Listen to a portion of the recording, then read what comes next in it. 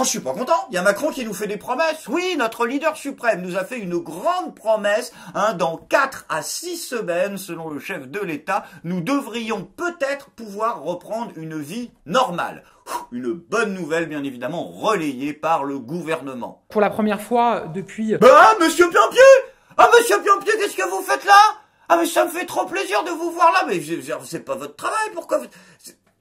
Ah, c'est pas lui. Putain, à chaque fois je me fais baiser, j'en ai marre. Monsieur Piampier. Oui, non, mais c'est mon conseiller CIC. Voilà, mais oui, mais à chaque fois que je vois Gabriel Attal, il y a toujours une demi-seconde où j'hésite avec Monsieur Piampier.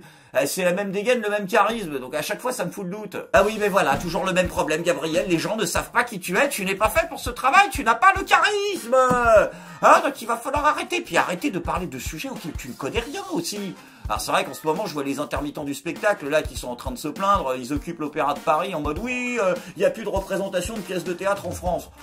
Ah ben, je sais pas ce qu'ils vous font, parce qu'en ce moment, tous les soirs à la télé, on a le droit à une représentation gratos du médecin malgré lui. Quant à toi, Gabriel, on va faire court, parce que je sais exactement ce que tu vas nous dire, tu vas chialer comme d'habitude. On m'a volé mon cartable, et en plus, les Français, ils sont méchants, ils veulent pas se faire vacciner. Il va falloir que tu comprennes une fois pour toutes, ce n'est pas au vaccin que les Français sont allergiques, c'est au gouvernement. Gouvernement qui ne nous écoute pas, et de plus en plus de Français d'ailleurs commencent à en avoir marre, surtout qu'on a des idées à proposer. Non, on n'a pas trouvé le vaccin contre le coronavirus. Par contre, on a trouvé celui contre la haute trahison. Ah non, pas besoin de tests en laboratoire. À celui-là, certifié, approuvé depuis 1789. Enfin bref, ne voyons pas le verre à moitié vide non plus. Le plus important, c'est donc cette merveilleuse nouvelle. Nous devrions pouvoir reprendre une vie normale dans 4 à 6 semaines. Alors, petite précision élémentaire pour ceux qui auraient découvert la chaîne pendant cette épidémie de coronavirus. Je le rappelle, une vie normale, ça signifie 6 millions de chômeurs, des délocalisations massives, la surveillance généralisée de la population, un attentat terroriste tous les 3 mois et une mafia qui nous gouverne. Après, me faites pas dire ce que j'ai pas dit. Il y aura un avant et un après coronavirus. Et le gouvernement a totalement compris les erreurs qu'il avait faites, comme nous l'explique Bruno Le Maire. Il faudra, le moment venu, c'est-à-dire quand la croissance sera de retour, rétablir des finances publiques. Pourquoi? Mais tout simplement pour reconstituer des réserves financières si d'ici 5 ans, 10 ans ou 15 ans, il devait y avoir une nouvelle pandémie, pour être en mesure d'y faire face. Ah d'accord! Ah, il est culotté l'autre!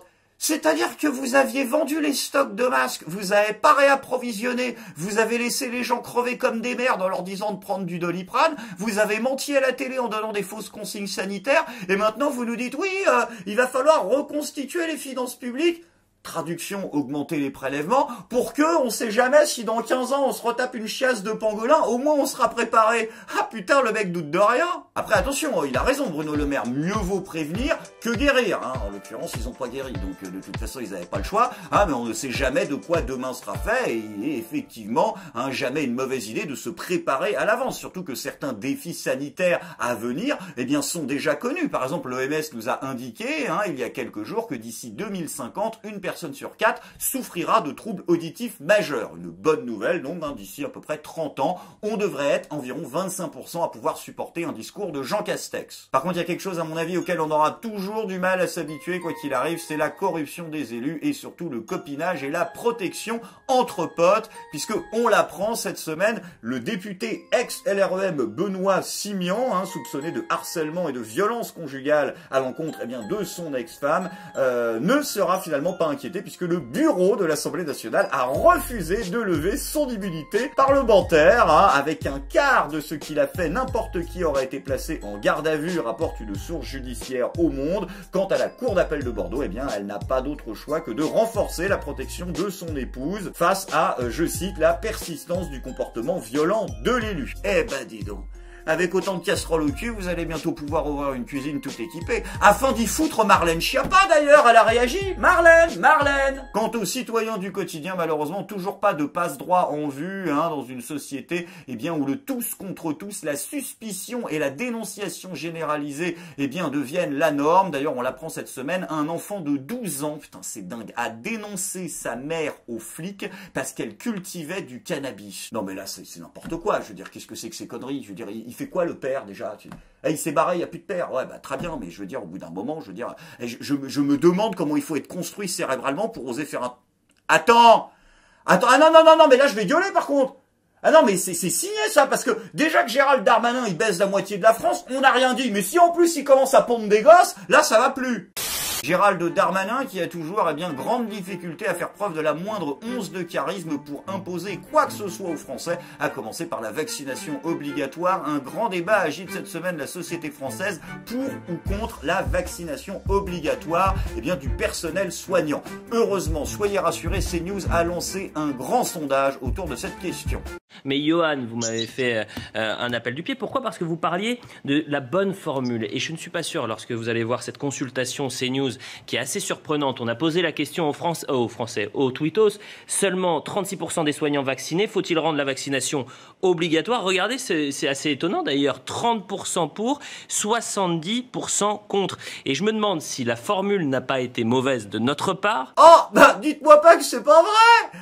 Ah d'accord, donc en fait, quand vous avez fait un sondage et que vous avez des résultats qui correspondent pas du tout à vos attentes, c'est qu'en fait vous aviez mal formulé la question. Ça doit probablement être ça. L'autocritique médiatique me fascinera toujours. Va vraiment falloir que vous arrêtiez de jouer au con, parce que je vous jure que les gens sont de plus en plus hostiles vis-à-vis des médias. Et pas que les gens du quotidien. Quand tu regardes à l'étranger, il y a carrément des premiers ministres, les mecs ils osent des trucs, genre en Thaïlande, le premier ministre thaïlandais, il y a des journalistes qui lui ont posé une question qu'il aimait pas. Ah, le mec il répond sèchement.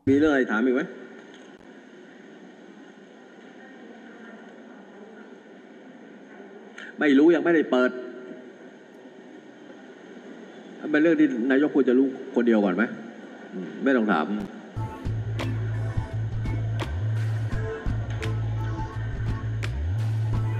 Qu'est-ce qu'il fait le mec là?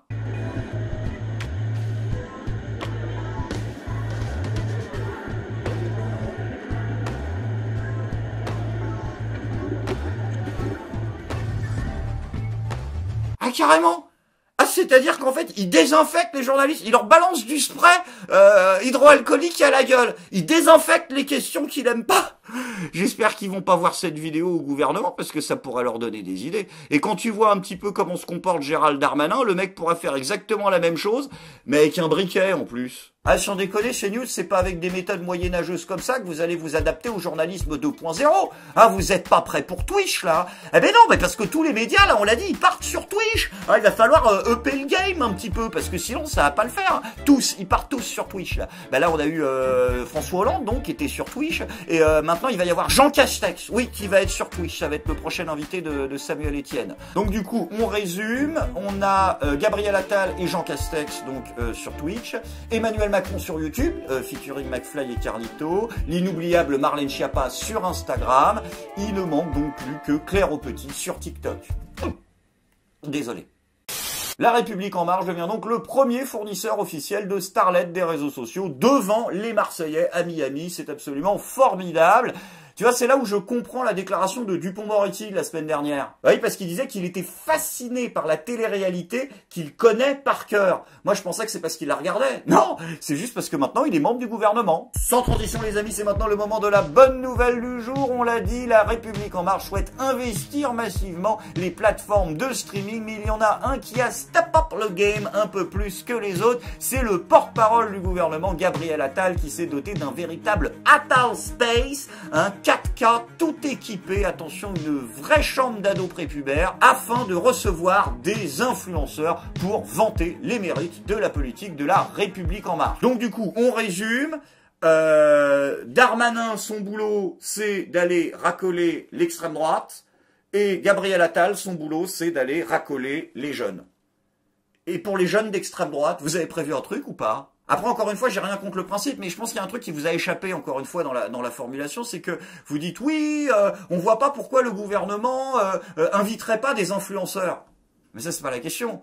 Le problème, c'est que dans un pays qui tourne bien, je sais pas si vous êtes au courant, que les influenceurs, c'est censé être vous, hein. Après, l'avantage, c'est que tout ça permettra effectivement au gouvernement d'aborder des sujets avec des gens concernés. Et ça, Gabriel Attal l'a bien compris. C'est pourquoi il souhaite que ses premiers streams soient orientés autour du sujet de la précarité étudiante. Et c'est pourquoi il a invité des jeunes, à l'image de Enjoy Phoenix, que vous connaissez, ou de Fabian CRFX, Alors, ça, je ne connais pas, Fabien CRFX, ça doit être un jeune encore. T'as une image, un truc? Je me suis fait un super beau cadeau pour mes 20 ans. Maintenant, il me faut le permis. Ah ouais, non, ça se voit qu'il est jeune. Il doit vachement bien la comprendre, la précarité étudiante. Bref, tout ça pour dire que je soutiens totalement cette démarche. Hein. Ça fait plaisir de voir le gouvernement soutenir les Instagrammeurs. Hein. Et puis, je trouve même que c'est un peu tard, d'ailleurs. Il est étonnant de voir qu'on a attendu 2021 avant, enfin, de rendre hommage au plus vieux métier du monde. Je suis pas content!